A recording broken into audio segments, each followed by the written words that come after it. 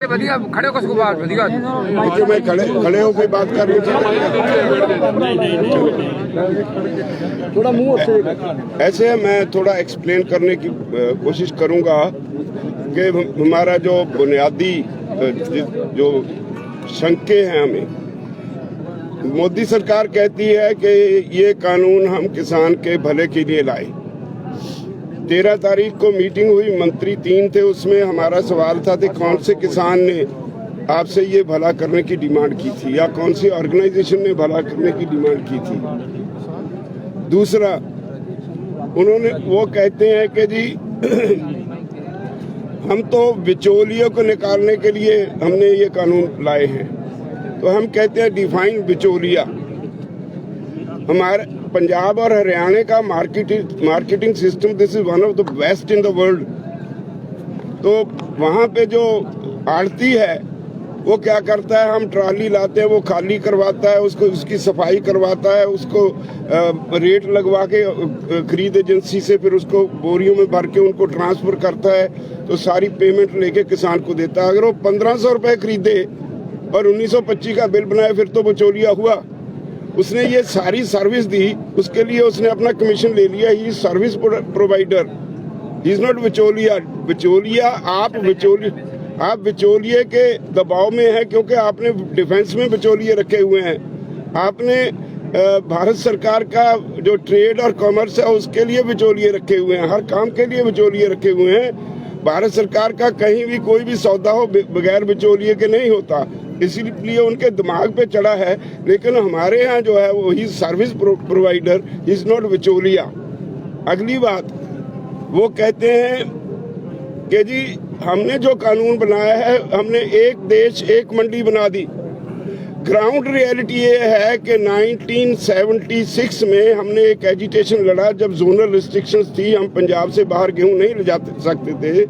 1450 किसान 40 दिन जेल गए और दूसरी तरफ एक हाई कोर्ट में केस डाला जिसने नवंबर 76 में फैसला दे दिया कि सरकार किसी भी किसान को रोक नहीं सकती, वो अपनी पैदावार देश के किसी भी कोने में कितनी मात्रा में जब जी चाहे वो ले जा सकता है। उसको आप स्टॉकिस्ट भी नहीं कह सकते क्योंकि वो अपना खून पसीना बहा के पैदा करता है।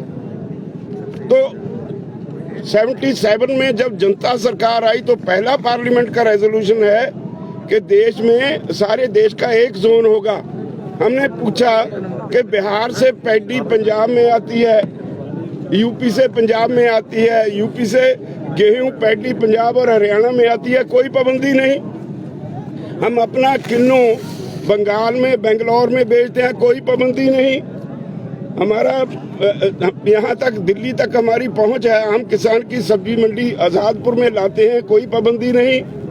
प्याज, केला, संतरा महाराष्ट्र से सारे देश में जाता है, कोई पाबंदी नहीं। सेब हिमाचल से, जम्मू कश्मीर से सारे देश में जाता है, कोई पाबंदी नहीं। आपने क्या नया काम किया? एक्चुअली कोई पाबंदी है नहीं। अपने कॉर्पोरेट्स को खुश करने के लिए उन्हें और कोई लॉजिक नहीं मिलता था तो कहा कि हमने तो जी एक देश एक मंडी दे दी। रियलिटी ये है कि एक देश दो मंडियां बना दी। एक मंडी है which is governed bye APMC act, किसी कानून के तहत 100 साल से वो काम कर रही है, जो ट्राइड एंड टेस्टेड है, हर किसान को उसकी समझ है। एक मंडी जो इन्होंने बनाई उसमें कायदा कानून ही नहीं, कोई भी आदमी उसे कोई लाइसेंस की जरूरत नहीं, वो सिर्फ अपने पैन कार्ड से या कोई भी गवर्नमेंट ऑफ इंडिया के जो अधिकारित डॉक्यूमेंट है उससे कहीं भी कितनी भी क्रॉप किसी किसान से खरीद सकता है, खेत से खरीद सकता है, घर से खरीद सकता है। इसका मतलब ये हुआ कोई अमीर आदमी 4 गांव की गेहूं खरीद के ले जाए, बाद में पेमेंट ना करे, कोई प्रोविजन नहीं कि हम उसके खिलाफ कोर्ट में जा सकते हैं। सिर्फ SDM के पास जाएंगे, SDM भी कुछ नहीं करेगा, वो रिकंसिलिएशन बोर्ड बनाएगा। रिकंसिलिएशन बोर्ड जिस पार्टी की सरकार होगी उसके लोगों का होगा, वो अपने अपोनेंट को हरास करेंगे तो उसके खिलाफ कोई कार्रवाई नहीं। अगर नहीं हुई तो फिर डिप्टी कमिश्नर के पास जाएगा, इससे आगे वो किसी कोर्ट में नहीं जा सकता। तो हमने कहा ये किसान को लूटने की एक अलग चाल है। सेक्शन वाइज हमने टोटल सारे एक्ट्स को भारत सरकार के मंत्रियों से डिटेल में डिस्कस करके उनको डॉक्यूमेंट साथ दे दिए। आज तक सरकार के पास उसका कोई जवाब नहीं। दूसरा, वो कहते हैं कॉन्ट्रैक्ट एग्रीकल्चर के लिए हमने एक नया कानून दे दिया। हमारे पास मिसाल है, हम गन्ना बेचते हैं तो हमारा शुगर मिल से कॉन्ट्रैक्ट होता है। शुगर मिल वाले 2-2 साल पैसे नहीं देते, किसान उसका क्या बिगाड़ लेता है, एजिटेशन करनी पड़ती है और 8.5% रिकवरी पे गन्ने का दाम तय होता है। अगर रिकवरी ज्यादा हो जाए तो in the end of the year उसकी एवरेज रिकवरी के हिसाब से एडिशनल गेन प्राइस देने का प्रावधान एक्ट में है, कभी किसी ने नहीं दी। तो ऐसे एग्रीमेंट जो आप हमारे करवाओगे, उनके उसमें लिख दिया कि वो एग्रीमेंट रद्द कर सकता है अगर जब क्रॉप आएगी उसकी क्वालिटी पे, उसमें जो पेस्टिसाइड रेसिड्यू है उस बहाने, किसी ना किसी बहाने वो रद्द करेगा। तो जो उसको खाद वगैरह जो उसके लिए पैसा दिया होगा किसान को, उसके लिए वो जाएगा एसडीएम के पास, उसने उसके खिलाफ डिग्री दी। ये कहते हैं कि कुर्की नहीं होगी जमीन की, लेकिन जो सेक्शन 15 में लिखा है कुर्की नहीं होगी, उसके अगले सेक्शन में लिखा है कि अगर एसडीएम उसके खिलाफ, किसान के खिलाफ फैसला दे दे, that amount can be recovered under land revenue act. Land revenue act का मतलब है कुर्की होगी, वो भी झूठ बोलते हैं। तो इसेंशियल कमोडिटीज एक्ट में अमेंडमेंट करके टोटल खुली छूट दे दी। हमारे से खरीदेंगे गेहूं 1900 रुपए, स्टॉक करके रख लेंगे, जब कंज्यूमर के पास जाएगा उसकी कोई स्टॉक लिमिट नहीं, कोई उसका हिसाब चेक नहीं करना। जब कंज्यूमर के पास जाएगा वही 7000 रुपए क्विंटल बिकेगी। ये आज हमारे देश के कंज्यूमर में समझ में ना आए, लेकिन in the long run consumer भी मरेगा, प्रोड्यूसर भी मरेगा। हम सरप्लस मार्केट में है पंजाब में, व्हीट और पैडी सबसे ज्यादा पैदा करते हैं।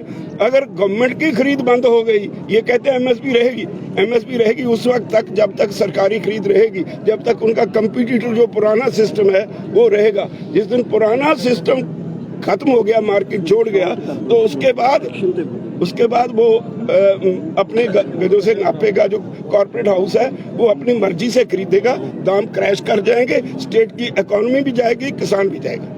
धन्यवाद साथियों। अभी नाम नहीं बताया जी आपने। बलबीर सिंह राजेवाल, प्रेसिडेंट भारतीय किसान यूनियन पंजाब।